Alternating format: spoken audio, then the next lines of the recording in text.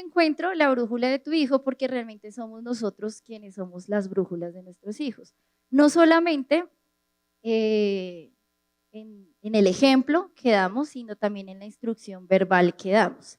Que nuestro discurso sea coherente con lo que ellos ven. Por supuesto, nuestra brújula debe ser primeramente Dios y lo que expresa en su palabra, en esa carta de amor para su iglesia, que es las Escrituras. ¿Y qué es lo que sucede? Que un hijo, en la relación que tiene con su padre, muchas veces refleja la relación que tiene con el Señor. Y si los papás tienen o se esfuerzan por mantener una buena comunión con el Señor, van a reflejar a estos sus hijos. Así no se vea de manera inmediata. Ese es un eco que queda en sus corazones. Lo que la psicología menciona como el ejemplo tardío, que es que muchos papás en consulta dicen, pero yo me esfuerzo, le doy el mejor ejemplo, pero parece que no. Es porque algo adicional está reinando en su corazón. Pero, pero no quiere decir que entonces este esfuerzo esté en vano. Ese ejemplo tardío se refleja más adelante, ya sea en una adultez o cuando tienen su primer hijo, que dicen, ay, sí, ya entiendo lo que me decía mi mamá. Somos su brújula y en ese orden de ideas les ayudamos en la gestión emocional. ¿Qué es lo que nosotros también debemos entender? Es que el adulto se convierte en ese apoyo, pero no necesariamente en la causa de la emoción directa del niño. Es decir, empezamos poco a poco a liberar, no sé si sea hasta la expresión correcta, pero empezar a dar la autonomía que el niño necesita para su gestión emocional y entender que muchas de sus respuestas no dependen de nosotros y que no somos culpables de muchas de sus respuestas, porque muchas de sus respuestas emocionales están orientadas hacia la hostilidad. Y sobre todo en la adolescencia, los hijos se convierten en jueces, señalan, tú eres así, tú, pero ¿qué quieres que haga si tú también haces esto? Y muchas veces tenemos que separar esto, decir, sí, soy su brújula, pero no soy el causante de. Y tener esa separación de hasta dónde llega la responsabilidad que tengo en esta respuesta emocional. No en la crianza la tienen toda la responsabilidad los papás, sino en la respuesta emocional. Es importante tener esa distancia porque si no terminamos culpándonos de situaciones donde no tenemos realmente la culpa y justificamos la conducta de los niños o del adolescente. Eso de hecho es lo primero que se trabaja en consulta.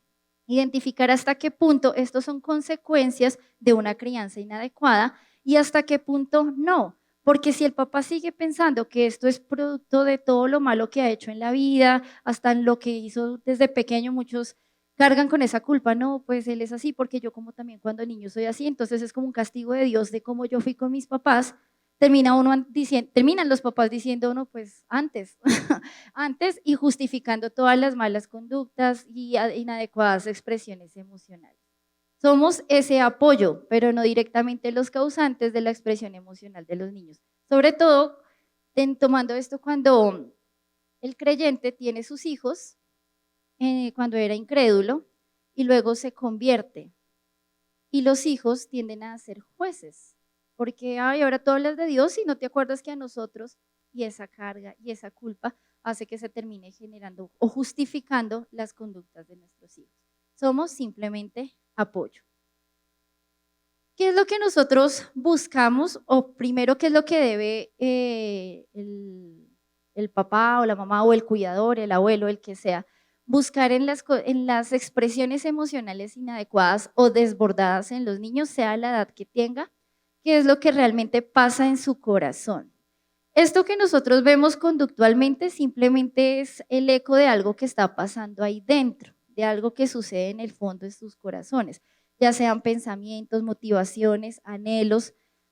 Muchos de estos pensamientos son totalmente desbordados, ya sea porque el mundo habla más fuerte que los creyentes. No sé si les ha pasado que sobre todo ahorita con todo lo que hubo en la ley de la disciplina física en amor, que fue tan altamente señalado, en donde decían que el pueblo creyente eran unos masacradores, pues, que eran inquisidores y que lo peor que podía pasar era que un niño naciera en un hogar cristiano porque pues iban a coger ese niño a patadas. Bueno, todo eso que sucedió.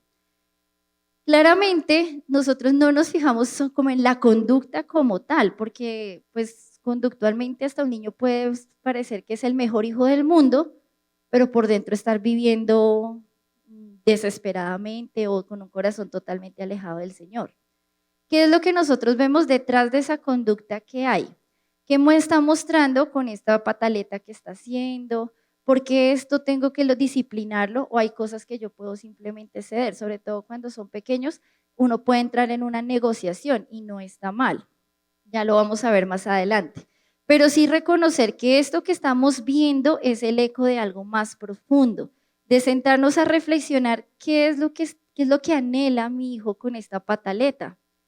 ¿Será que es un enojo pecaminoso o es que realmente hay algo que le duele y yo no entiendo que es que cuando hace así le duele y yo le digo que se pare y le está doliendo algo? ¿O realmente es una ofensa directa a mí como autoridad? Porque ahí después empieza esa lucha de egos de yo no puedo permitir y pues termina es un corazón totalmente airado con otro corazón totalmente airado que está buscando a ver en esa brújula cómo se comporta, pero ese adulto brújula está totalmente desbordado. ¿Qué es lo que realmente pasa en el corazón de nuestros hijos? Y aquí hay una claridad. El Señor es bueno y misericordioso. Y pasó algo en el huerto del Edén, y es que el hombre se separa del Señor al momento en que come del fruto prohibido. En ese momento, Adán condenó a toda la humanidad. Hizo que el hombre naciera en pecado. Y en esto lo digo con todo amor y con temor y temblor, como dije al inicio de esta conversación. Y es que sí, nuestros bebés, nuestros hijos que se ven muy lindos, que se ven como angelitos, pues no son angelitos. Tienen un corazón que tiene una inclinación a pecar. Porque un niño de 3 años cuando vota algo dice, yo no fui, miente, nadie le enseñó, mira, amor, cuando vas a hacer algo que está mal, pues tú sí que no fuiste. Nadie lo instruyó, no se adoctrinó, muchas veces ni siquiera lo vio en casa porque sus papás delante de él se cuidan mucho y que no, pero lo hace. Yo no fui, yo no le pegué, yo no hice eso. O esconde, ¿qué tienes ahí? Es porque tiene un corazón que está inclinado al mal. Si partimos de este hecho, vamos a verlo con más misericordia y no lo vamos a ver como es que él lo hace por mí o es algo directamente en contra mía o porque es algo personal, sino que vemos que es un corazón que está aprendiendo y que muy seguramente tendrá esa lucha con el pecado siempre. Y es que sí, la vida del creyente es una lucha. Nosotros vemos a nuestros hijos con misericordia y ellos aprenden a verse a ellos mismos y a sus papás con misericordia. Y yo digo papás porque están los dos en este asunto, así estén separados o así estén divorciados, los dos. Que muchas veces preguntan, bueno, ¿y si soy madre soltera? Bueno, ¿y si no sé qué? En los niños suele pasar que sí o sí entrará una figura que tome ese rol de figura paterna o figura materna, sea la profe, sea el amigo, sea el youtuber, siempre ese va a tener un rol y nosotros debemos estar atentos quiénes son esos roles que tienen una importancia especial en la vida de nuestros hijos, porque sí, sí es una tendencia al ser humano, aún de adultos uno tiene una amiga y con la que más habla y la que más conversa, tiene un sentido maternal. Piensen ustedes en sus mejores amigas, muy seguramente son así, son muy maternales, de cuidado, tú cómo estás, cómo amaneciste, cómo te va. Si no es ella, es uno.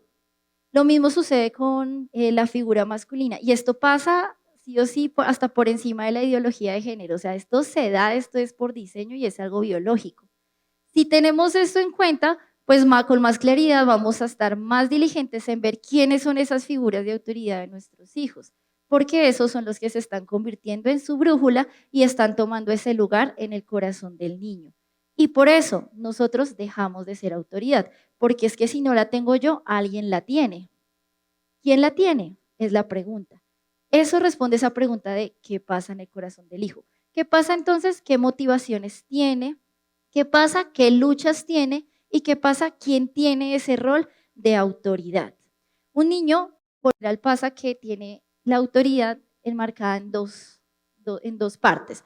Una, en la figura protectora, que reconoce esta persona me va a cuidar. O sea, yo puedo estar re mal y pude haber hecho una travesura terrible, pero esta persona es a la que voy a decirle porque ya es como el que me va a cuidar, me va a regañar, pero pues es ese o decirle a mi amigo que no puede hacer nada. Y la otra forma de autoridad, o sea, eso se ve desde la protección, desde el que es mi figura protectora, y la otra forma de la autoridad es quien tiene como el derecho de darme la instrucción. ¿Qué pasa en los niños? Que a veces ven a los papás como si este me va a cuidar, este me va a amar, este es el que me va a proteger, pero pues mira, ya que me des una instrucción, pues hasta ahí llegas. O puede pasar lo contrario, que yo hago caso porque me toca. Entonces, genera la instrucción, obedece, pero pues no eres mi lugar seguro, a ti no te cuento nada. Si tú me dices lava la loza, listo, yo lavo la loza. Si me dices haz las tareas, listo, yo lo hago, pero si la adolescente queda en embarazo, tú vas a ser la última en enterarte. Se entera mi tía, mi profe, todos, menos tú. Nosotros debemos procurar que tengamos dentro de la figura autoridad, que cumplamos esas dos funciones. Que los niños constantemente sepan, y así sea repetirlo cual cátedra, y con nuestros actos, realmente son las dos cosas, que le demostremos aquí es tu lugar seguro y al mismo tiempo soy quien te da la instrucción. ¿Cómo se da eso? El niño sabe que este adulto es el lugar seguro si antes del regaño viene un consuelo, una contención emocional. El regaño, o sea, los niños parten del hecho de que mis papás me van a regañar sí o sí, eso ya lo saben.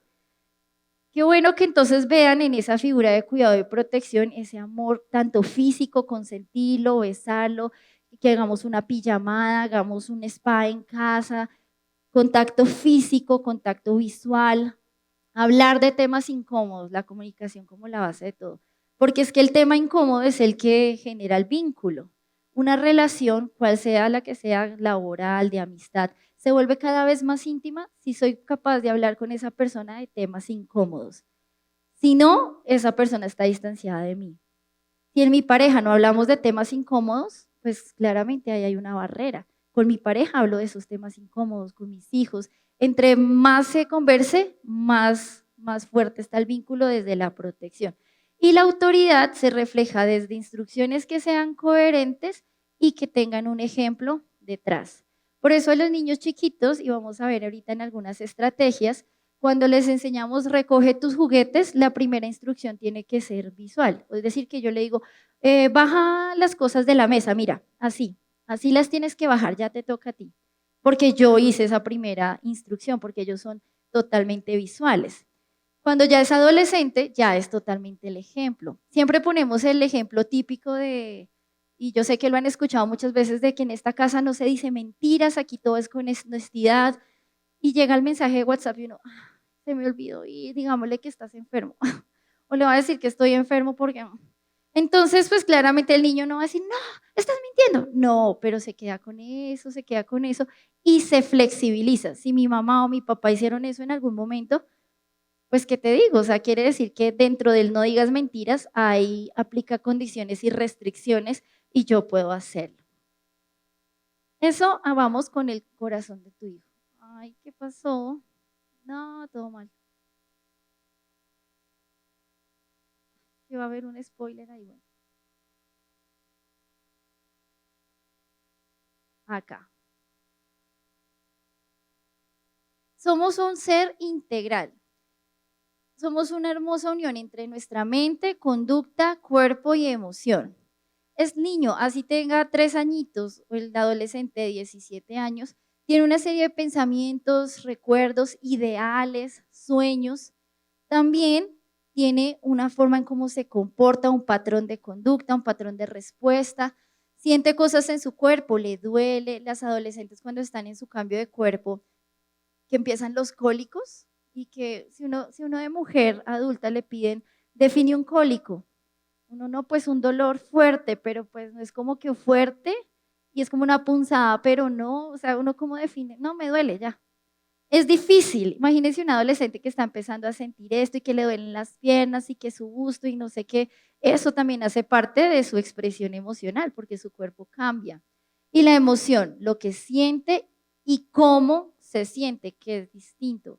Uno es lo que siente, que es con un disparador, y cómo lo siente es cómo se ve esto, cómo lo siente, no lo siente tirando cosas, gritando, etcétera.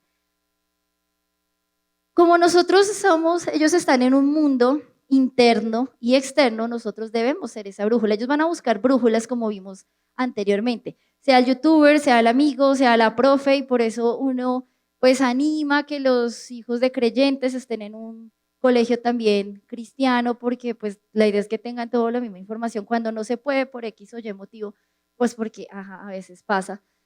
Pues nosotros buscamos que seamos esa brújula, porque el colegio va a intentar ser su brújula. Y colegios, nosotros vemos de todo, desde colegios que dicen, bueno, somos eclécticos, entonces realmente no hay una fe, como está el colegio donde sí tienen que ir a ponerse la señal de la cruz, o bueno, o otros colegios que tienen otras creencias y que guían a nuestros hijos allí, pues que uno tiene que ajustarse porque pues ese fue el colegio que escogió. ¿Qué es lo que vamos a enseñarles? Primero, reconocer.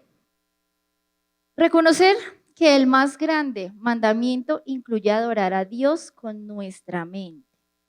Que los niños empiecen desde muy pequeños a memorizar versículos, no simplemente por memorizarlos, sino hacerlo real.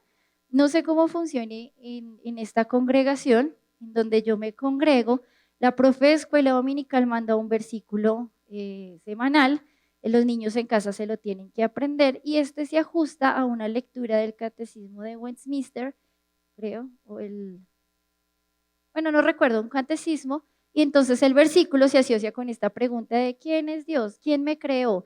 ¿Qué más creó Dios? Bueno, las preguntas del catecismo para que el niño vea que este versículo no es algo que me tengo que aprender como las tablas de multiplicar que me enseñan en el colegio o la poesía para salir a decirla en la izada de bandera, sino que esto es real en su vida. Las tareas, el acompañamiento, o sea, que en su mente esté el evangelio. Entender que el Señor nos ha dado su espíritu y su palabra, sobre todo cuando queremos botar la toalla.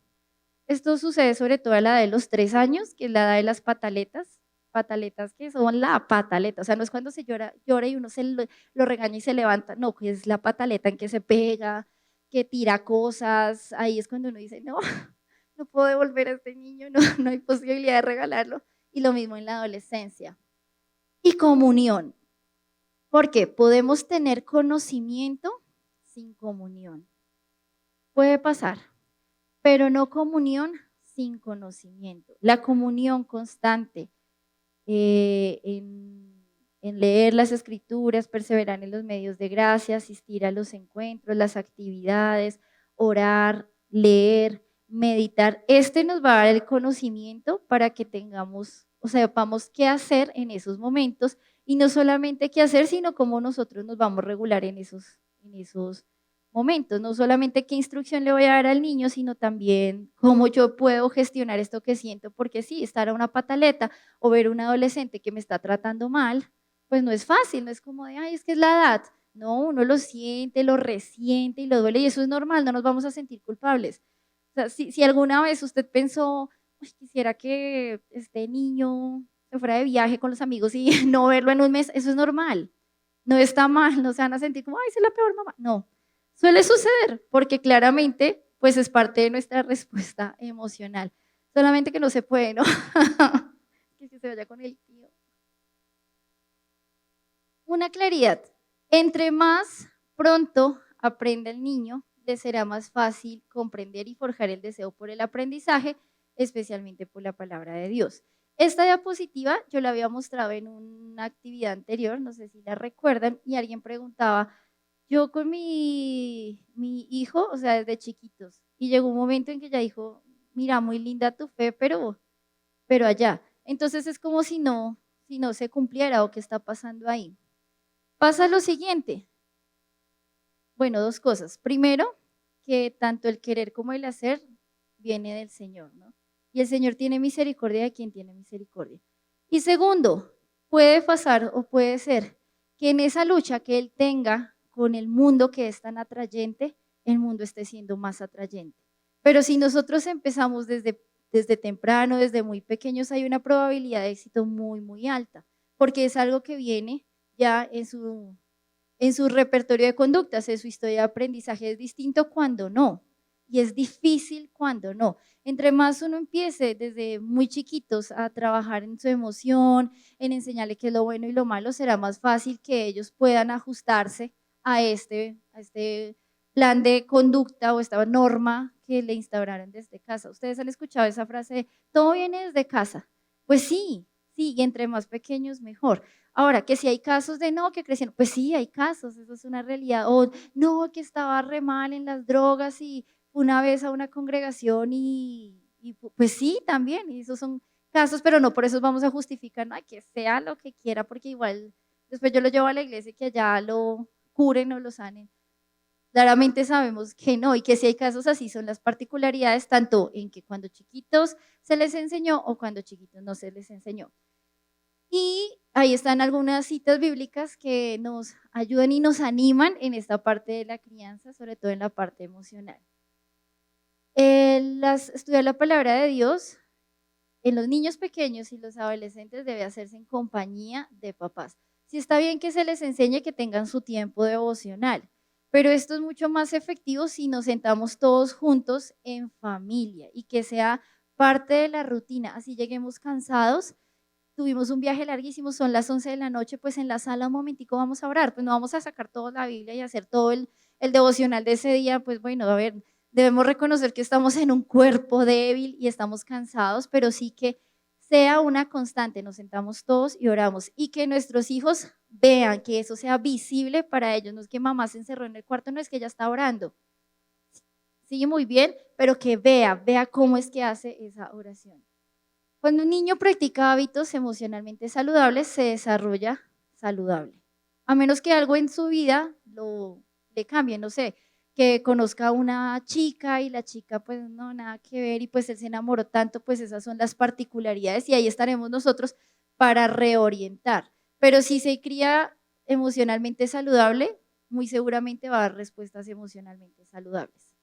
Y finalmente, los padres son los responsables de cultivar en sus hijos la regulación emocional. Repito, somos los responsables de cultivarla, pero ya el niño es el responsable de qué respuesta da.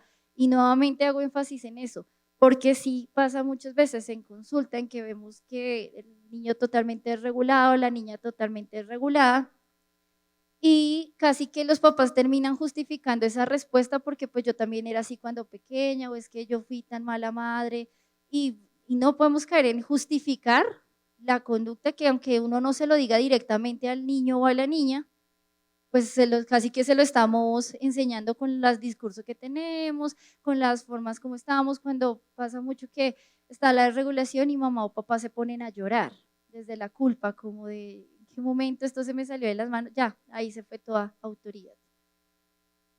Veamos ahora un poco para qué sirve la emoción de los niños y las niñas, para qué sirve la emoción. Nosotros reconocemos 4 emociones básicas: alegría, enojo, miedo y tristeza. Estas son las que son las correctas, son las que el Señor a su imagen y semejanza puso en nosotros. El Señor dice que cuando, no me acuerdo en Mateo, que de pronto ustedes sí recuerdan, cuando el Señor Jesús, hay un versículo, es el versículo que habla del gozo y la alegría de Jesús, que se levanta y da un discurso. Acaba de venir los niños que dicen dejad que vengan los niños a mí porque ellos es el reino de los cielos. Acaba de tener ese momento con los niños y se levanta y dice: Padre, te alabo porque escondiste estas cosas de los sabios, de los extendidos, pero las has revelado a los niños porque así te agradó. Y ese discurso de gozo, o sea, la Biblia es enfática en que nuestro Señor se alegró. También recordamos el evento donde se enojó, el evento de cuando estaban haciendo negocios y todo esto en la iglesia y que el Señor se enoja, un enojo, una ira santa. Miedo en el momento ¿cuál? ¿Sí recuerdan? En el Getsemaní. Si es posible, pasa de mí esta copa, pero no se haga, pues es que es Dios, ¿no? Nosotros tenemos nada. Pues si Pedro dijo, bueno, y si no, y si más bien no permitas que eso te acontezca, y el Señor fue muy radical en apártate de mí, Satanás. ¿Por qué? Porque pues sí, en ese diálogo el Señor en su humanidad sí tenía miedo de esto que iba a acontecer. Obviamente Él era Dios en un cuerpo de hombre, no salió corriendo, o sea, inmediatamente trae una, casi que en psicología lo llamaríamos una autoinstrucción, pero no se haga mi voluntad, sino que se haga la tuya. Pero Él expresa, si es posible, pasa de mí esa copa. Y tristeza, ¿recuerdan cuándo? ¿Cómo? Lázaro. Y dice, lloró profundamente por su amigo. Imagínense la escena, o sea, él va a visitar a su amigo, salen las dos hermanas de Lázaro llorando y una va y le dice, si tú estuvieras aquí, no hubiera pasado esto. No, todo mal. Por supuesto, el Señor se entristeció y se aparta en un lugar y llora. Es decir, vive su emoción. Se aparta en un lugar y llora por la muerte de su amigo y se levanta y por supuesto, ahí es cuando da la voz de Lázaro, levántate y anda. Entonces, si reconocemos que estas emociones son genuinas, reconocemos que las emociones son correctas, que están bien, que son buenas porque el Señor en su misericordia las puso en nuestro corazón. ¿Qué es lo malo? Que por nuestra naturaleza pecaminosa se salen de control. Las emociones son buenas, lo malo es que perdemos el control sobre ellas. Y por enojo hay gente que ha matado a otra. Se convierte en celos, se convierte en depresión, se convierte en tantas luchas que tenemos internamente. La alegría, ¿para qué sirve? ¿Y por qué debemos cultivar la alegría en el niño y que los niños estén alegres y que nuestro adolescente esté alegre? ¿Por qué? Porque genera empatía. Una persona que es alegre conecta más con las otras personas, permite la conexión social, precisamente desde esa empatía uno puede ser más fácil amigos y aumenta la productividad. Si uno está contento, por lo general trabaja más, trabaja mejor. Por eso las empresas hacen esto de las actividades de bienestar y todo esto, porque si necesitan que un empleado alegre es un empleado que me va a funcionar muy bien. Sin embargo, si esta alegría se sale de control, se vuelve pecaminosa, porque sí, aún la alegría puede ser pecaminosa, la patología de la alegría se llama manía. La manía es cuando uno entra en un estado de euforia tal que se enceguece. Entonces, no sé si ustedes cuando van pasando la calle, el semáforo está para los carros en rojo, pero mientras uno va en la mitad de la calle cambia a verde y empiezan como a arrancar y uno siente como esos nerviositos y sale corriendo y ahí después se pone a reír porque, ay, como qué susto. No, realmente fue que tuvo un micro estado de manía que uno, o cuando hay personas que en medio de su alegría gastan plata y ya estamos aquí, entonces no, eso no importa, la tarjeta de crédito y ya después pasa el estado de manía y uno, ay, no, ¿qué hice? Todo porque estaba en este momento de euforia. Entonces la alegría es buena, claro que sí, y lo sabemos, pero si se desregula se convierte en manía. ¿No? He escuchado esa frase que dice, es que es maniático, y entonces lo que uno primero piensa es en que está así muerto de risa. Sí, eso es la manía. El enojo. El enojo nos sirve como una alarma interna y es muy bonito el enojo y yo creo que es de lo que a los niños se les debería potenciar y regular porque el enojo es una alarma interna que dice, esta persona está cruzando ese límite que yo he puesto, me está faltando el respeto. Entonces me ayuda a poner un alto al otro y ponerle un límite. Imaginemos que estemos acá y no sé, yo te veo a ti que tienes tu saco verde, entonces empiezo, ay, no, verde militar, ay, y tú al principio, qué chistoso. Ya después yo vuelvo otra vez, ay, y la militar, tú ya como, y nuevamente yo digo, ay, ¿y tu verde dónde dejaste? Mira, ya hay un momento en que tú dices, no, o sea, ya como que cruzaste ese límite y no te gusta y te sientes enojada y tienes dos opciones de seguir riendo, tan chistosa, y resentirme, y ay, ahí viene, no, yo me escondo, o decir, mira, ya no me está gustando mucho el chiste, me está sintiendo incómoda, al principio fue chistoso, me pones el límite. Y que yo te diga, ay, no, qué pena, discúlpame, no sé, gracias por decirlo. En el mejor escenario uno dice eso, pero en el peor escenario ya no se le puede decir nada, a veces y aún así uno puede seguir poniendo el límite y está bien. Por eso es importante enseñarle esto a los niños, porque ellos desde su enojo a veces pueden permitir cosas y no ponen límite y se desregulan. La patología del enojo, es decir, el enojo desbordado, es la ira explosiva o la impulsividad, que es cuando gente mata a otra persona por enojo y dicen se me fueron las luces. Estaba tan celoso que realmente no me di cuenta y cuando me di cuenta ya estaba en mis brazos. O le di un puño a la pared y la rompí, mis hijos estaban ahí. Esas ya es un enojo que es patológico. Si se dan cuenta, la base está bien y es correcto. También el enojo es la alarma para mí, para detenerme. Si veo que se está enojando, yo ya digo, uy, hasta aquí. Por eso debo saber qué es el enojo y debo haber sentido el enojo para reconocerlo. El miedo tiene dos funciones, tanto de protección como para pedir ayuda. Uno con miedo se protege. Si vamos, no sé, muy tarde en la noche en un callejón oscuro, solo hay una panadería abierta y vemos a dos, para no estigmatizar, pero vemos a dos personas que uno dice, y ese se chifla y por allá le contestan el chiflido. Imaginemos que yo tengo el computador y tú tienes dinero en tu bolso. Muy seguramente las dos diremos, no, no, metámonos en la panadería y nos metemos, ay, ves, y qué pena, es que denos un pan, es que están aquí afuera, no sé qué. Buscamos protegernos. Un niño pequeño, cuando uno lo saluda, ¿y cómo estás? Y el niño se esconde detrás de su mamá, porque la emoción del miedo nos ayuda a eso, nos moviliza a protegernos y también a pedir ayuda. Cuando un niño grita, cuando el niño dice, mamá, ayúdame, es porque el miedo se está gestando y está bien. Si no sintiera miedo, pues sería, ni siquiera sabría quién es una figura protectora, porque pues no necesita protección de nada, porque pues no hay miedo de nada. ¿Cuál es la patología del miedo o la enfermedad del miedo? Es la ansiedad. Cuando es miedo a todo, a nada, a porque sí, a porque lo que va a pasar, a porque lo que no pasó, ese es como un miedo desproporcionado, que uno no sabe ni siquiera por qué, ya que, y siente el miedo como lo que sentimos nosotras en el callejón de, no, ¿qué hacemos? Lo siente en el bus, como esa sensación de huida, de escape, que es la ansiedad. Y finalmente, la tristeza nos ayuda o les ayuda también a los niños a guardar energías para que cuando pase ese evento que fue muy triste tenga las energías suficientes para enfrentar los nuevos retos que vengan. Por eso cuando fallece alguien, uno identifica que la persona que está más activa, como de, listo, tenemos que ir a la funeraria, yo pido esto, y dice, esta es la persona que no está haciendo bien el duelo. Y tenemos que decirle, porque si se sigue perpetuando esto, va a pasar el evento triste y no lo viviste. Y vas a tener que enfrentar que igual tienes tus hijos, tienes tu trabajo y no vas a tener las fuerzas para hacerlo. Entonces entra en la patología de la tristeza, que es la depresión, los estados depresivos, que es una tristeza muy, muy profunda, que es discapacitante, que es limitante. La otra función de la tristeza también es a nivel social de buscar ayuda. Si estamos aquí todos hablando y llega alguien llorando, triste, muy seguramente alguno de nosotros se levantará y le dirá, ¿estás bien? ¿Quieres? Ven, te doy un vaso de agua. O sea, no tuvo que decir, ayúdenme que estoy triste, sino que uno automáticamente ayuda a esta persona.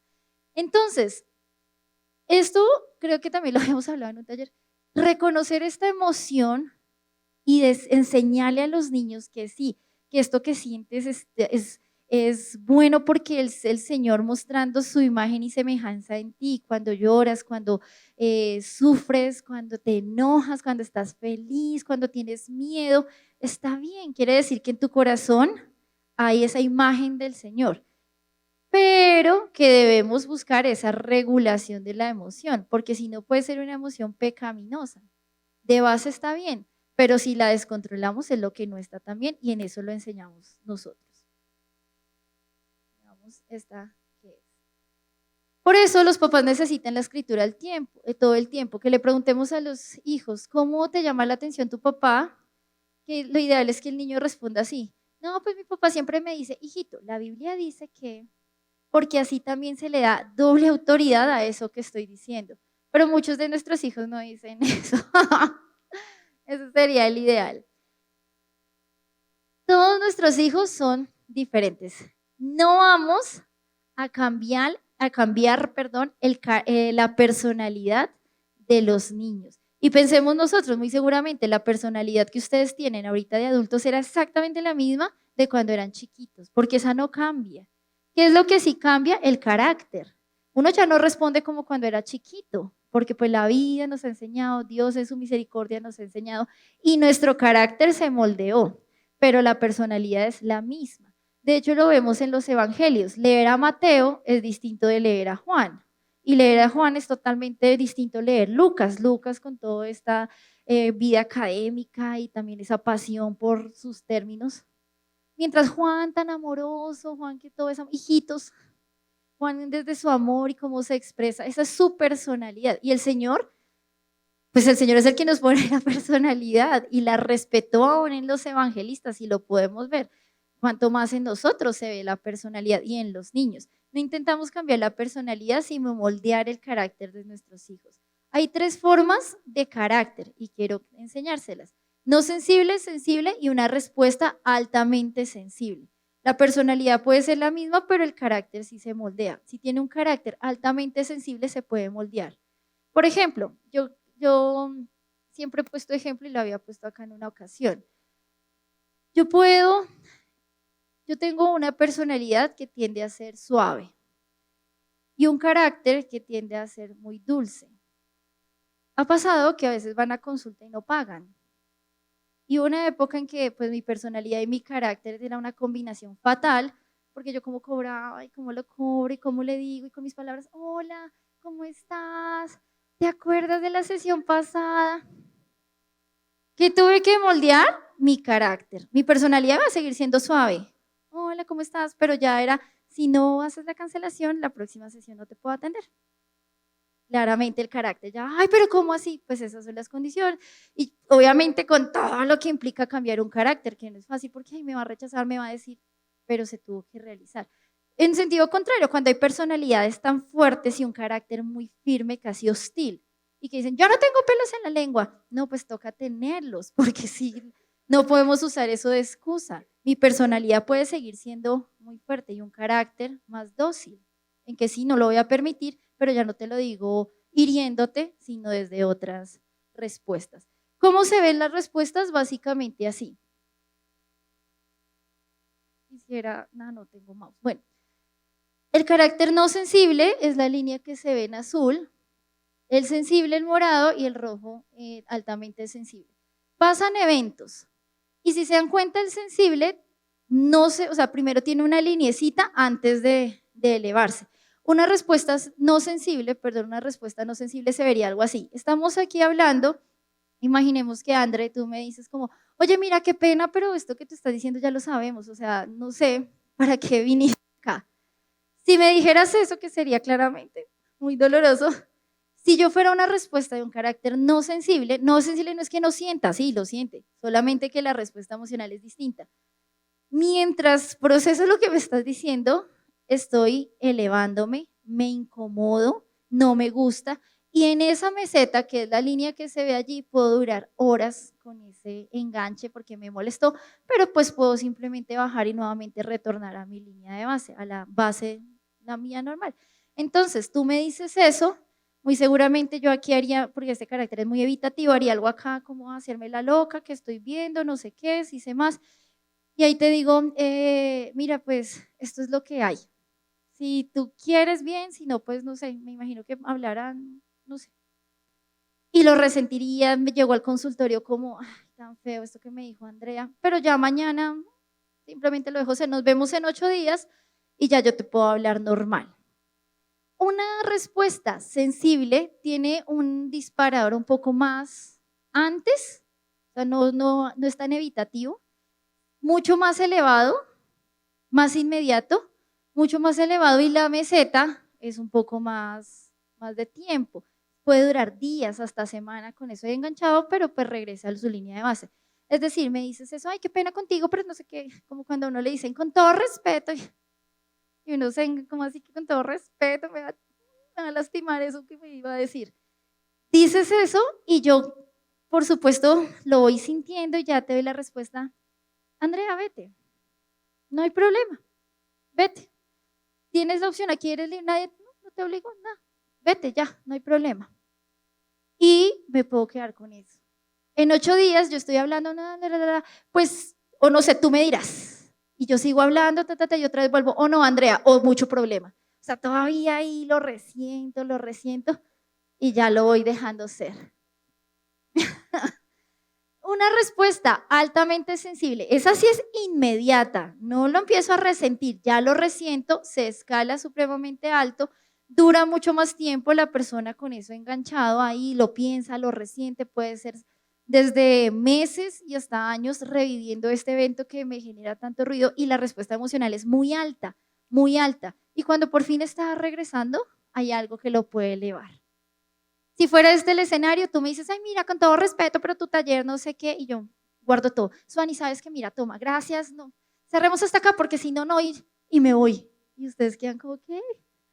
¿Qué le pasó? O pueda que no se vea tan así, pero sí que yo acá lo empiece a sufrir. Bueno, vamos a seguir, pero yo acá sintiéndolo, lanzándote críticas. Después, Suani, yo no vuelvo a ir por allá, a mí qué pena, pero borra mi. O sea, es muy intenso y puedo quedarme ahí, ahí. Y pasa un año y no, en una iglesia se llama Dylan Church. Ay, ni me acuerdes, porque allá una persona y se resiente y se resiente.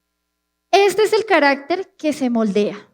Si una persona, si ustedes o si sus hijos muestran un carácter altamente sensible, hay esperanza, hay esperanza. Bueno, siempre ustedes tienen acá donde lo imposible no existe. Siempre, o sea, partimos del hecho de que hay esperanza.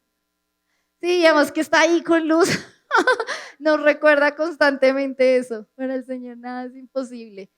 Y por supuesto, si aún en psicología buscamos moldear ese carácter, cuando más cuando tenemos de nuestro lado al Rey de Reyes que está, que cambia nuestro carácter. Pensemos, una vez hicimos ese ejercicio acá, ¿no? Que dijimos, bueno, ¿cómo fue tu conversión? Y muchos decían, no, pues lo que yo era antes, qué difícil.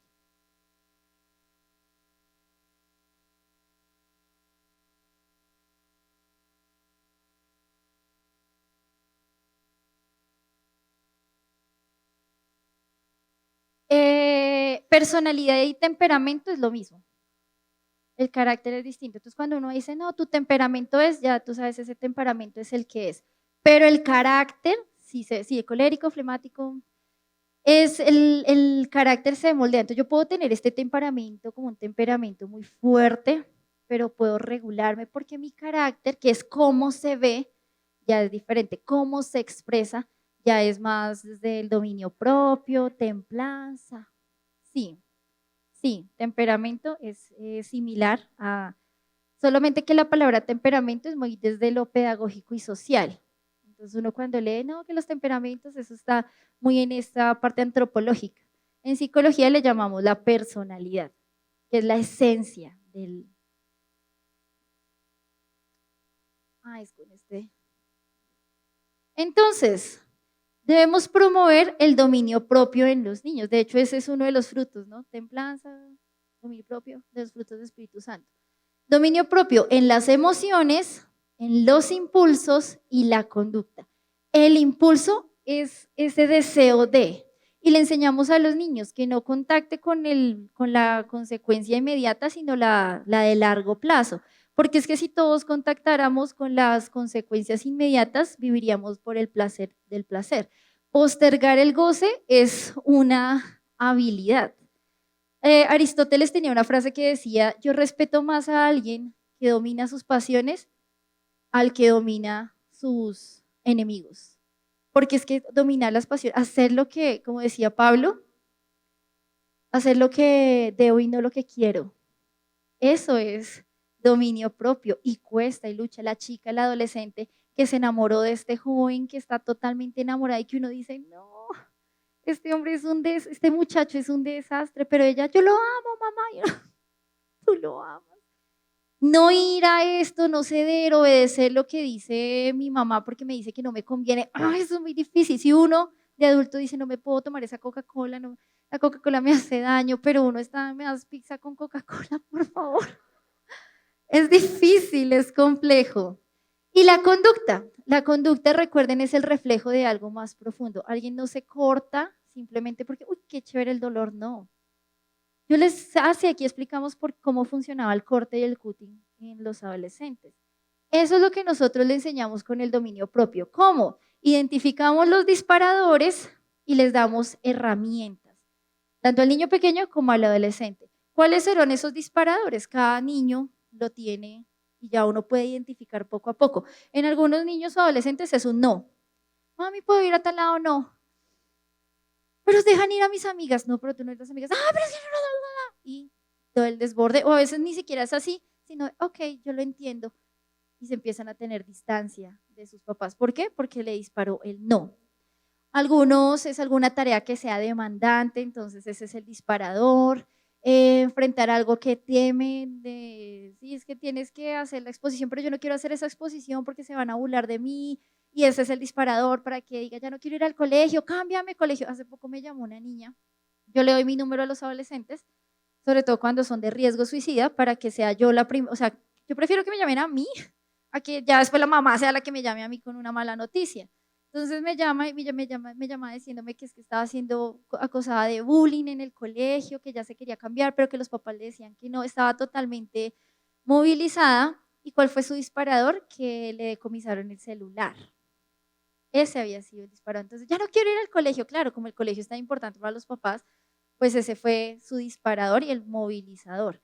Identificar eso, que le disparé, no era el bullying que estaba sufriendo, era que su iPhone ya no iba a estar en sus manos. O las instrucciones que son totalmente directas, como de, haz tal cosa, ay, cuidado, me pide el favor. Ese puede ser un disparador. ¿Qué herramientas? La comunicación, el hablar, el dialogar, el preguntar, no suponer, preguntar, quiero hablar contigo, dime, exprésame, este es el lugar seguro. Y la comunicación es que me empiece a hablar y uno empiece a regañarlo, ¿no? O sea, si le estoy dando un lugar seguro, primero consolamos. Yo no hago consejería en mi iglesia, pero pues sí he escuchado que uno de los principios de la consejería de tipo eclesiástica en iglesias, o sea, ya sea de por mujeres o mujeres aconsejando mujeres o hombres aconsejando hombres, es primero se consuela y luego se confronta. O sea, si llega esta mujer y dice, mira, no sé, tengo una enfermedad de transmisión sexual por esto que sucedió en mi vida, de entrada el consejero no le dice, pero es que usted, ¿qué quería? O sea, ¿le iba a salir gratis de esa? Claramente el consejero no dice esto. El consejero primero consuela, abraza, seca las lágrimas y ahí se le dice, mira, ¿qué te digo? Hay algo que se llaman consecuencias, pero esto se hace una vez, hay el consuelo. Lo mismo sucede en los niños, eso es mirar con misericordia, nos está contando algo y uno está que le... Pero primero, consuelo, y ahí sí hago la confrontación. Esa es la base de la comunicación. No, pregunta.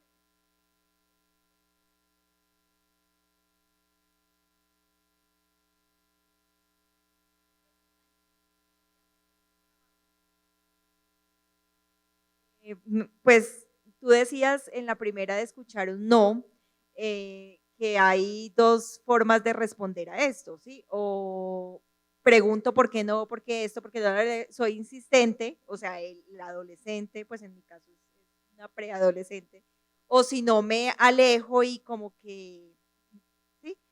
Yo quería preguntarte puntualmente, ¿cuál de estas dos respuestas sería la más adecuada? Pues en mi caso es la insistencia. O sea, ella nunca se aleja, o sea, ella y persiste, o es mejor ese niño, porque uno a veces lo puede ver de las dos maneras, uy, como que por qué se alejó, no me siguió preguntando, no me siguió insistiendo, y uno dice, ¿qué tanto aceptó ese no, esa respuesta? En ese caso, desde la, pues tuyo, desde la psicología, ¿cuál es el escenario mejor de respuesta? Como en la mayoría de cosas de psicología, está el depende. Digámoslo todo juntos, depende. Sobre todo de qué, de cómo ha respondido antes. Si antes siempre decía, pero ¿cómo así? Pero es que tú no quieres, pero. Y hoy no me respondió así, puedo indagar. Si todo lo contrario, siempre decía, ok, y esta vez dijo, ya, ¿por qué está siendo tan insistente? ¿Qué tiene esto de diferente? Entonces, dependerá de eso que tú ya conozcas, de cómo ha sido la respuesta. Por lo general, en los adolescentes siempre está una respuesta enjuiciadora porque ellos tienden a ser jueces, entonces siempre van a criticar, aun si tú les das la razón. O sea, es bien curioso porque un adolescente dice, y tuvieras cómo se fue fulana, fulana se veía terrible. Entonces la mamá le dice, ay, sí, hay gente que se viste así. Ay, pero tú qué criticadera. O sea, malos y sí, malos y no, no sé cómo proceder. Y muchos papás son así como de el botón de pánico, de no sé qué decirte. Entonces sí va a responder mucho, va a tener relación sobre cómo han sido sus respuestas anteriores. Si partimos del hecho de que el adolescente tiende a reflejar así. Si ya vemos que él siempre decía, y hubo un momento en que dijo el no, y, ok, muy seguramente es que algo se está fracturando ahí, y ese algo es la confianza. Que un adolescente nos señale es algo que es incómodo, pero no necesariamente malo, porque él no lo va a hacer así con alguien que no sea de tanta confianza. Y también va a depender pues de cuál es el no, o sea, a qué le dijiste no. Si es algo que va a decir como, ah, entonces yo lo hago de manera diferente, mira, no te va a pelear, porque vas a buscar la estrategia. Entonces, tú dices, ok, no me peleó, pero está lavando la loza, arregló el cuarto. Eso básicamente es una forma de decirte, ay, tú no sabes. Entonces está haciendo eso, es porque nuevamente te va a preguntar y el no va a ser una opción porque es que yo ya arreglé mi cuarto, yo ya lavé la loza, yo ya hice mis tareas, etcétera. Entonces sí tiene, o sea, son esas 4 cosas que mencioné para tener en cuenta. Pero básate más en cómo has respondido anteriormente. Eso por lo general sucede así. Ah, perdón, no dije las otras. Comunicación, el ejemplo, siempre, siempre. Si yo estoy regulado, tengo el control de la situación. Si los dos estamos desregulados, él tiene el control de la situación. Muestras de afecto y la humildad, ser humildes en esto. Quisiera,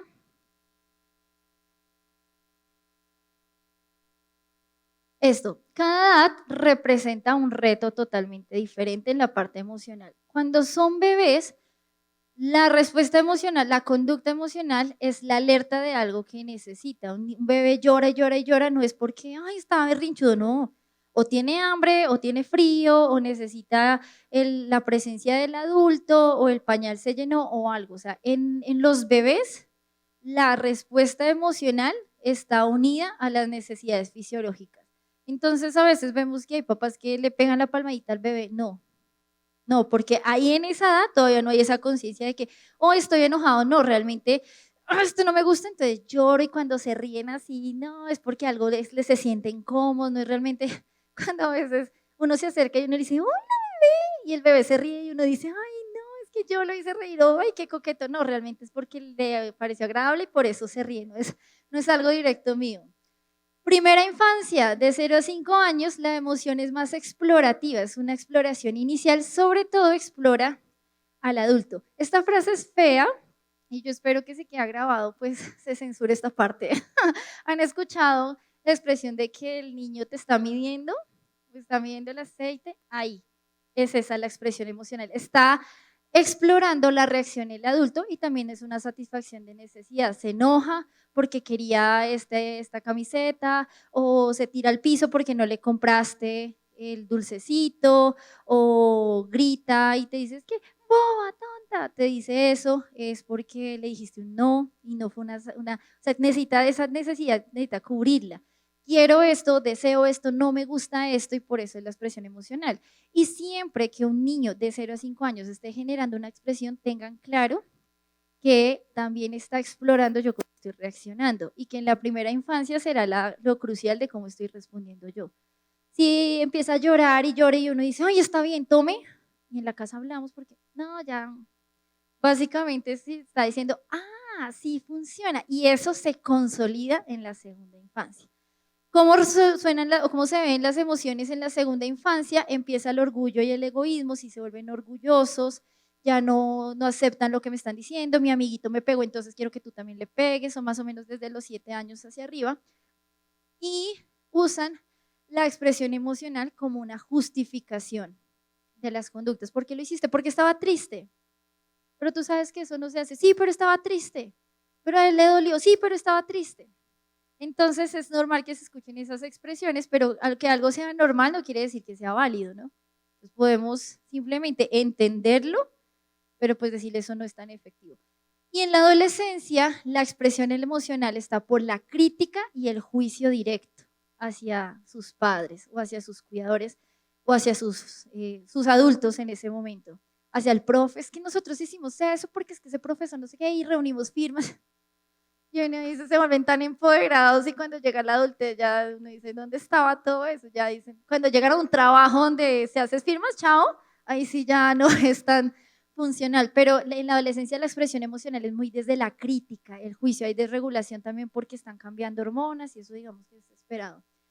Y tienden en la expresión emocional a evitar y caen en victimización.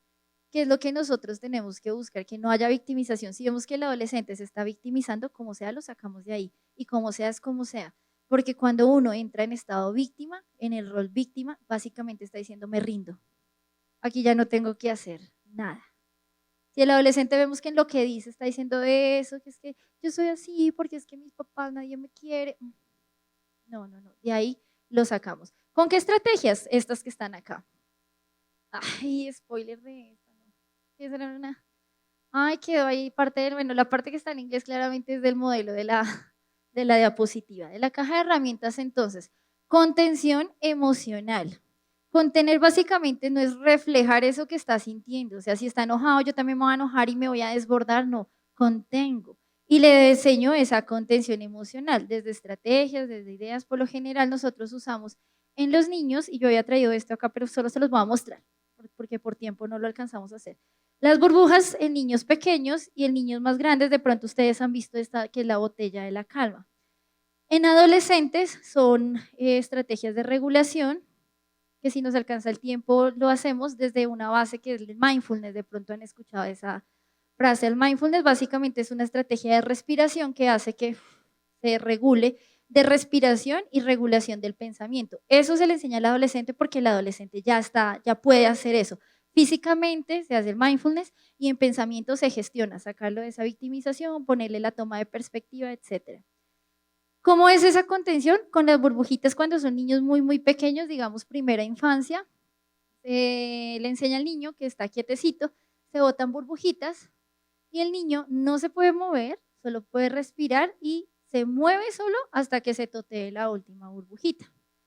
Yo tenía una niña que ella siempre gritaba y cogía a los niños a patadas cuando trabajaban con su, no, todo mal, o sea, y yo para allá escuchaba, yo decía, ya, como la orientadora, y si no estaba, siempre estaba en reunión, pues no, pues llamemos a la psicosocial. Y yo, no, esa debe ser fulana, eso se escuchaba por allá, y efectivamente. ¿Qué hacía ella? Cuando hacíamos el ejercicio de las bombitas, eso se hace antes o después, no durante la pataleta, y entendamos eso, en la pataleta es la pataleta. ¿Qué es lo que hacemos? Simplemente estamos ahí cuidando. Y ya cuando termina la pataleta sí hay consecuencias. Pero en pataleta, no, no, no sucede. ¿Qué se hace entonces? Ella particularmente, uno le decía, tienes que quedar quietita y ella empezaba a mover así, o sacar el pie, o sacaba la lengua, que nos estaba mostrando totalmente impulsiva, impulsiva con varios ejercicios, pero puntualmente con las burbujitas, ella aprendió que su cuerpecito sí podía estar quieto, aun cuando está enojada, aun cuando quiere pegar, porque es que esa es la forma que aprendió para, ya, ya después viene todo el problema, ay, no me importa el problema porque yo ya, o sea, eso es tan reforzante que no interesa. Entonces, enseñar esa contención desde las burbujitas, respiración, sale la burbujita y uno, el niño respira y sopla la burbujita, se le está enseñando en la regulación desde la respiración, que es lo fisiológicamente básico para que haya una regulación emocional. La botella de la calma es con niños más grandes, se llena agua, escarcha y varios elementos allí. ¿Y cómo funciona? Primero desde una parte simbólica, porque ellos están en la edad de solamente simbolismos, y luego ya como estrategia puntual. ¿Qué se le dice? Que así somos los seres humanos, que tenemos muchas cosas por dentro, a veces tenemos miedos, que pueden ser estos, tenemos alegrías, tenemos tristezas, y a veces pasa que hay algunas situaciones que pues, nos revuelven. Y así como podemos estar muy revueltos por dentro, que no sabemos ni qué hacer y eso se está moviendo, también podemos tener la capacidad, como pasa aquí en la botella, que empieza a calmarse. Y cuando se empieza a calmar, ya puede la agüita estar más limpia, tranquila. Y si puede funcionar en una botella, funciona en nosotros. Hay cosas que nos revuelven, pero si estamos tranquilos, quietos, respirando, pues la emoción puede ir bajando. La otra forma, que ya es cuando está en el evento, esta sí funciona cuando está el evento, pero previamente se le ha enseñado la botella, porque si se la ponemos de una, nos la va a botar, o sea, nos la lanza en la cara. Es que cuando esté revuelta le decimos, bueno, ¿qué colores ves? ¿Dónde está el rosado? ¿Qué ve cómo se está moviendo? Concéntrate solo en uno y me cuentas qué está haciendo. Y eso hace que la atención del malestar se centre en la botella, entonces sea más fácil regularse. Y el mindfulness para adolescentes es básicamente enseñar o capacitar en técnicas de respiración, de relajación, tanto del cuerpo como por la respiración, y la parte cognitiva, que es de todos estos pensamientos, el mentiras versus verdades, que me está diciendo mi mente que mis papás no me quieren, ¿cuál es la verdad? Y la verdad real, no la que yo creo, no, la real es esta. Hay muchos que dicen, ay sí, realmente mis papás no me quieren. Y entonces ahí uno dice, bueno, trabajemos eso del vínculo con tus papás. O si en esto que están trabajando en su casa y uno le está haciendo ese ejercicio, es el papá, no es el terapeuta, sino es el papá, a veces salen cosas bonitas en ese canal de comunicación. La validación, que es primero escuchar, contener antes de confrontar, ponerse a su altura tanto físicamente, cuando son muy niños pequeños, o sea que yo me puedo agachar y verlo a él directamente a los ojos, y cuando son adolescentes igual también, porque uno lo que hace es que se levanta y entra así con… En ocasiones de desregulación emocional, no estamos hablando de todo, cuando vamos a dar un consejo, no, pues, o cuando vamos a hacer un llamado de atención, pues está bien si estamos en posición llamado de atención. Pero si estamos en validación, es me siento con él. Y si está llorando antes de decirle, ay, mi amor, no llores por bobadas. Es entender que esa bobada para ella pues está siendo muy grande, pues validemos a ver qué es lo que está pasando. Y ya después si hacemos todo ese ejercicio, ponernos a la altura. Poner en perspectiva es enseñarle tanto a los niños y a los adolescentes que esta situación se puede solucionar. No invalidándola, como de, ay, pero esto que te pasó, mira, ya mañana será otro día, ya, ¿no te acuerdas de eso? No, a veces podemos poner nuestros ejemplos. Cuando yo estaba con tu papá nos pasó algo así, o cuando yo era pequeña. Sí, como que vean que no es solamente eso te está pasando a ti, sino pues que si uno toma perspectiva, uno dice, si hay cosas mucho más duras, pero también le está pasando a muchas otras personas. ¿Qué podemos hacer nosotras que estás allí? Toma la perspectiva. Límites, límites, límites, límites. Eso es en lo que fallamos, no hay límites, no hay responsabilidades. El niño nos gritó una vez y nos siguió gritando todavía y los límites que ponemos son de mentiras. Él sabe que en la casa no puede hacer eso, pero lo hace. ¿Por qué? Porque el límite no es claro. Y la comunicación. Hay algo aquí que sigue saliendo de Paco López. Que lo hacemos de esta manera, que siente, así le asignamos un nombre nosotros y que ellos le asignen un nombre, que lo disparó, que está disparando, que es, como les decía yo, es que el bullying no era, es que le dijeron no más celular, que él está disparando, qué contexto, qué estrategia vamos a utilizar, enseñando desde el amor, el ejemplo. Recuerden que es un libro en blanco, o sea, la estrategia que uno le enseña la va a escribir en su libro. Si le funciona, queda, si no, la retira y va a poner siempre algo. Si tirar la puerta le funcionó, se escribe en el libro. Entonces les enseñamos estrategias que sean funcionales y efectivas. Y consecuencia y contingencia. Muchas veces los niños saben cuáles son las consecuencias de sus actos, pero nosotros no somos contingentes. ¿Qué es la contingencia? Es lo que hace que esa consecuencia sea efectiva. Yo puedo poner consecuencias, pero no darlas, no hacerlas real. La contingencia es cuando la consecuencia se vuelve real. Imaginemos que hoy la sesión hubiese sido a las 9 de la mañana. Y Suania ya ha escrito, si no llegamos a las 9 de la mañana, o si no llegas a las 9 de la mañana no puedes entrar, porque a las 9 de la mañana se cierra la puerta. Quiere decir que si llegas tarde, encontrarás la puerta cerrada. Y todos sabemos la consecuencia. Pero ha pasado que Suani en su amor y misericordia en talleres anteriores dice, no, pero ¿cómo vamos a cerrar la puerta? Démosle 10 minuticos, 10 minuticos. Y no, pues pasaron 10 minuticos, pero hay gente que todavía viene en camino. ¿Cómo le cerramos la puerta? Pues dejémosla abierta y que vayan llegando. ¿Qué va a pasar en ese nuevo taller que hicimos a las 9 de la mañana, en donde Suani mandó ese mensaje? Todos dicen, bueno, es a las 9, vamos a esforzarnos, pero pues si llegamos tarde no pasa nada. Es decir, ¿Suani puso consecuencias? Sí, pero ¿fue contingente? No. Cuando Suani cierre la puerta y, ay, oye, como la parábola de la puerta del Señor, déjanos atrás y que Suani diga, apartados de mí, hacedores de maldad. Que Suani diga, qué pena contigo, pero no te puedo dejar entrar. ¿Pero por qué? Si tú antes dejabas, pero es injusto, por eso es que uno no viene a estos… Ahí la reacción de uno, ¿por qué? Porque hubo una contingencia, porque uno fue contingente, porque hubo la contingencia de esa consecuencia. ¿Qué va a pasar? Que si hace un nuevo taller a las 8:30, todos estamos acá, muy seguramente. Y sucede lo mismo en casa. En casa él sabe que a las 9 de la noche se apaga el internet, pero uno dice, no, pero yo tengo que mandar correos, ¿cómo voy a apagar el internet? Y uno lo prende. Entonces el chico sabe que si a las 9 de la noche se apaga el internet, pero pues que en la vida real eso no es así. Ponemos consecuencias, pero no somos contingentes y eso es clave. Ahora sí, vamos a hacer este ejercicio. Qué risa esa Epa. Pero para eso, que es para ya ir finalizando, me va a tomar tal vez 5 minutitos más. Vamos a hacer este ejercicio. Necesito a 2 personas, cualquiera, que vengan aquí al frente. ¿Quién?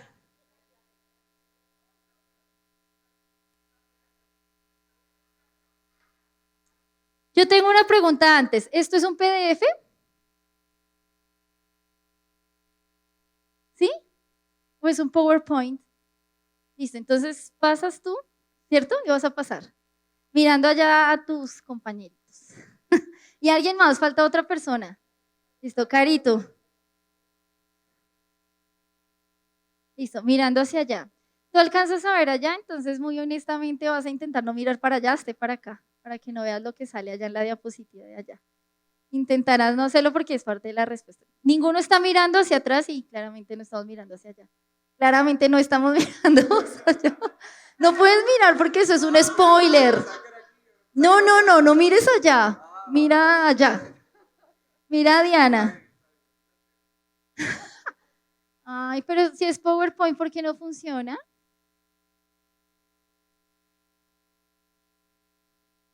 ¿Tú me puedes ayudar? ¿Seguro es PowerPoint? No, no se puede diapositiva. Ay, no te lo creo. Bueno, entonces intentemos hacerlos acá. Pero no sé si todos alcancen a ver mi computador.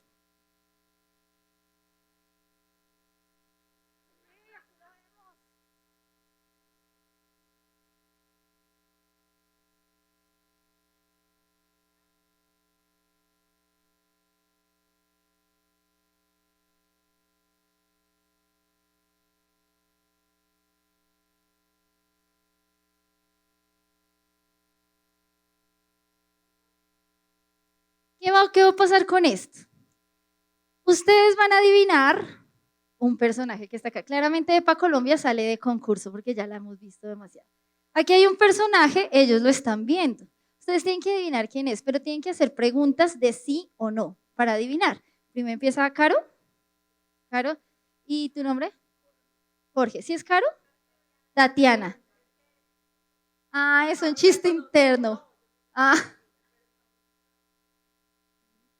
ah. Listo, Tati. Y Jorge. Y Jorge. Entonces, preguntas como de, ¿es hombre? Sí, no. O sea, preguntas de sí, no. No es como, ¿en qué ha hecho? No, no se puede. Son preguntas de sí o no. ¿Listo? Y ahí ustedes van a contestarle sí, no. Empezamos. Primero, Tatiana.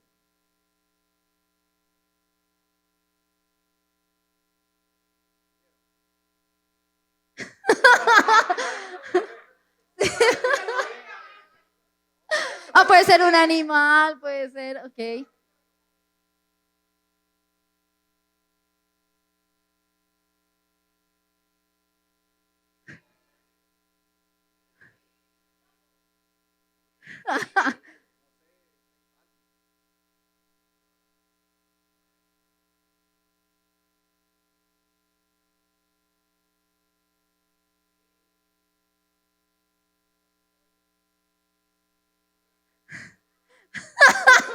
José Luis.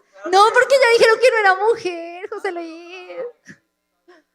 Entonces, otra pregunta.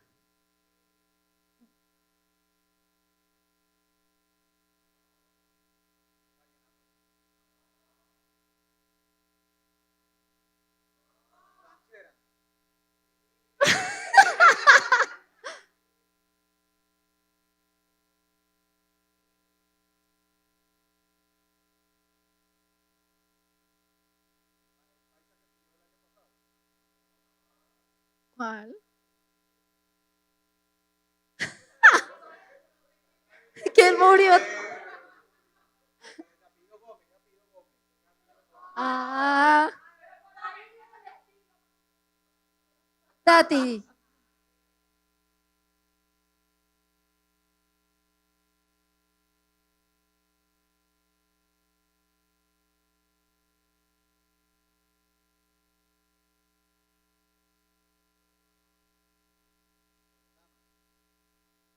¿No? Sí.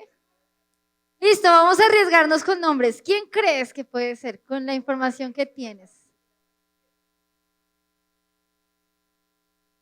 Canta una canción. Ah.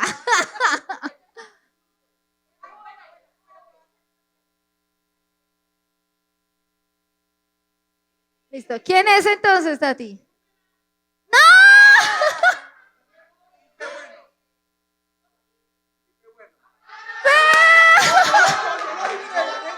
Allá lo están viendo. Listo, un aplauso para José Luis, un aplauso. Sí, él lo había dicho, de hecho. Listo, ya se pueden sentar. Listo, otras dos personas. ¿Quién? Dos personas. Dos personas más. Eso, muy bien. ¿Cómo es tu nombre? Listo, Adriana y Jorge. Listo.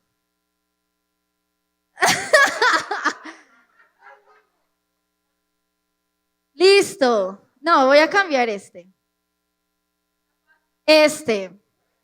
Listo. Empieza Adriana.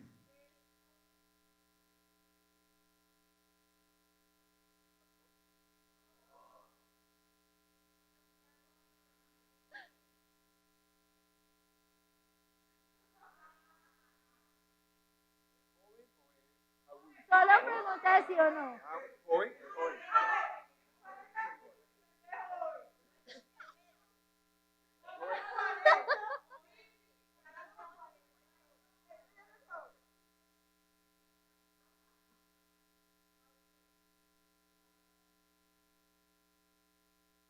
Vamos en que es hombre, que no es actor y que es cincuentón. Y que es colombiano.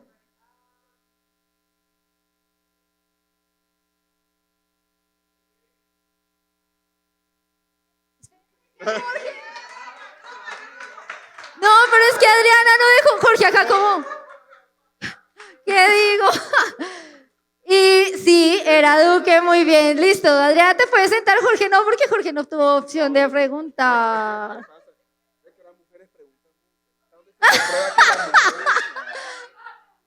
André, ¿qué has hecho en este hombre? ¿Quién más? Otro que pase a acompañar a Jorge para el siguiente. Fernando, pasa. Si pasa otra chica de pronto.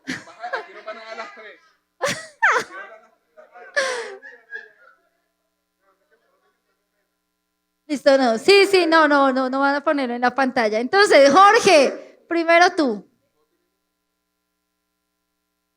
¿Ah, sí? Pues vamos a tener paciencia con ustedes. Listo, Jorge, tú primero. Preguntas de sí o no. ¿Es hombre? No.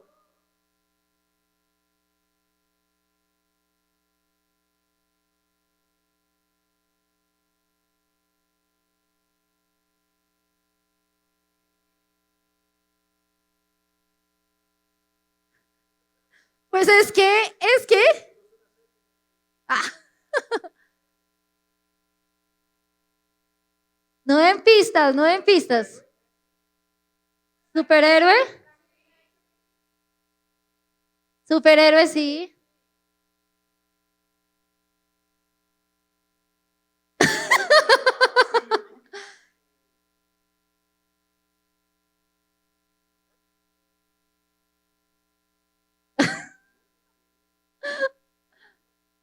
No, no ayudis. Ustedes pueden, chicos.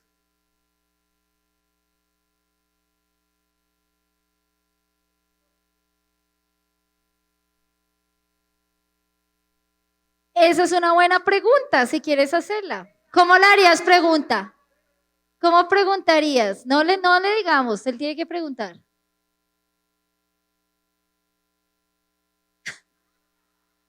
¿Tú cómo preguntarías eso para aclarar eso?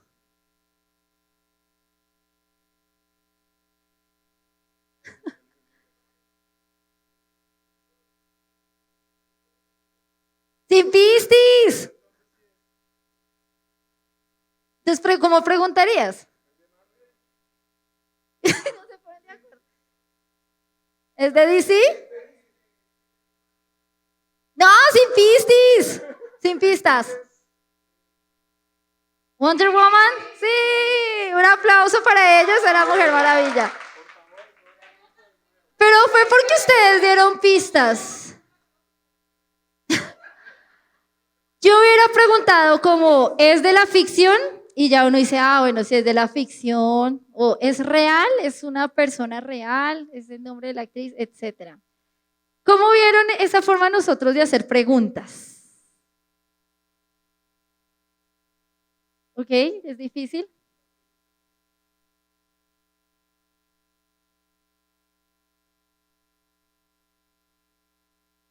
Ujú.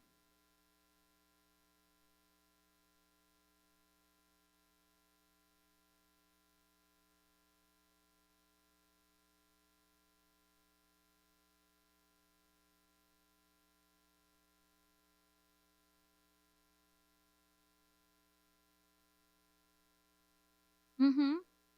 Y autoridad. Es difícil. Y dar la pregunta sin que uno entre en ese estrés de, es una serie, no es película. O allá cuando alguien dijo, es como de la política. José Luis, José Luis y Adriana, ah, pues Duque.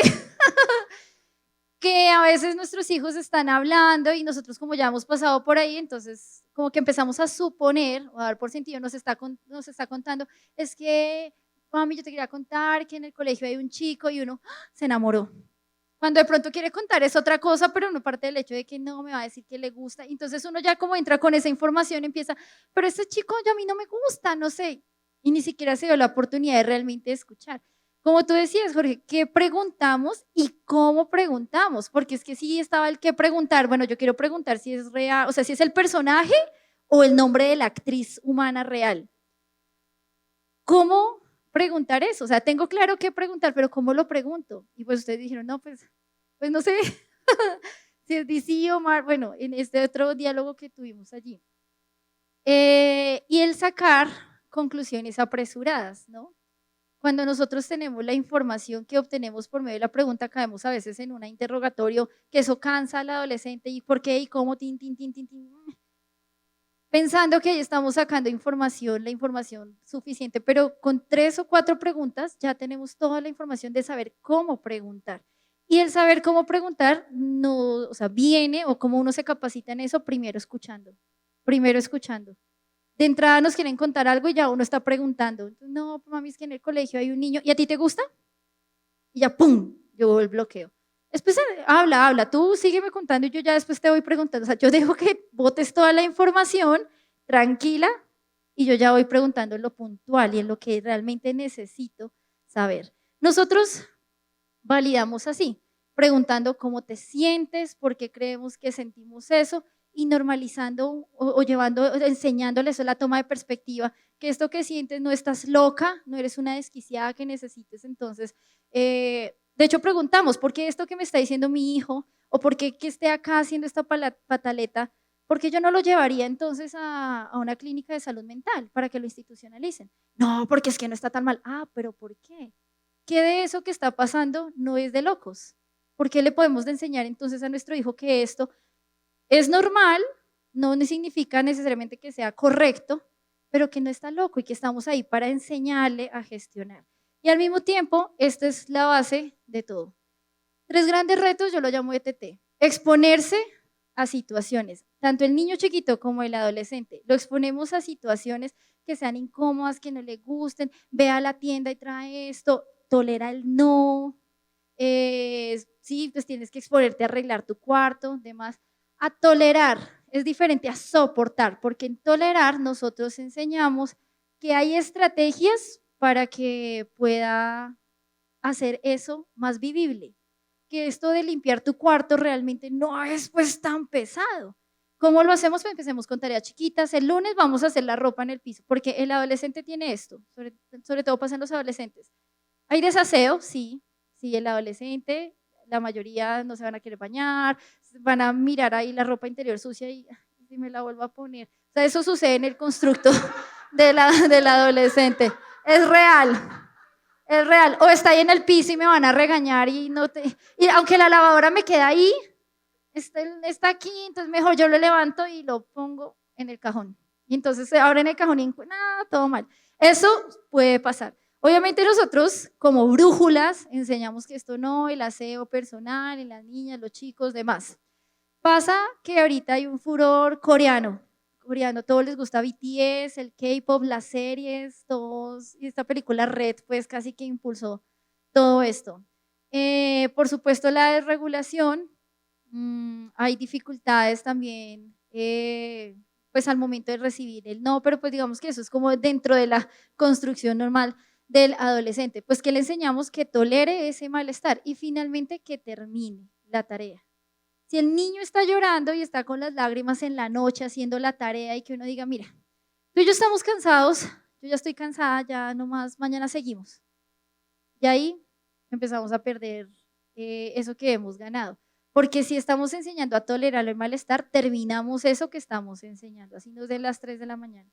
O yo se lo hago, entonces, de hecho tengo un consultante adulto que me dijo eso, yo nunca aprendí qué era eso de tolerar el malestar, porque si yo no hacía una tarea, mi mamá la hacía. O sea, siempre tuve muy buenas notas, pero si tuve preguntas, sí sé, pues claramente no sé. Por supuesto, esto es todo un reto, es poco a poco. Hemos dado algunas generalidades. Si alguno identifica que la situación es más grave, que lo que dimos acá va a ser totalmente insuficiente, pues es el momento de pedir una ayuda externa, porque quiere decir que la base, buscar lo que hay en el corazón, ya está muy velado y nos hemos dejado coger tiempo. Y hay que sacar lo que hay en ese corazón y necesitaremos de pronto una ayuda externa. Y que también puede ser que esa figura de autoridad está totalmente diluida, que ni protector, ni tampoco de instrucción directa. Y ahí es donde uno dice, ok, tenemos es que restaurar, que sí se puede, que hay esperanza, sanar y construir de nuevo. Nunca es tarde, jamás es tarde, sea la edad que sea. Muchas gracias por ustedes, hoy nos alargamos como hartísimo, pero ¿qué más da? Muchas gracias por sus aplausos, ahora van a poner las manos. Muchas gracias. Muchas gracias por conectarse con nosotros y esperamos que esta transmisión haya sido de bendición para sus vidas. Nos vemos pronto.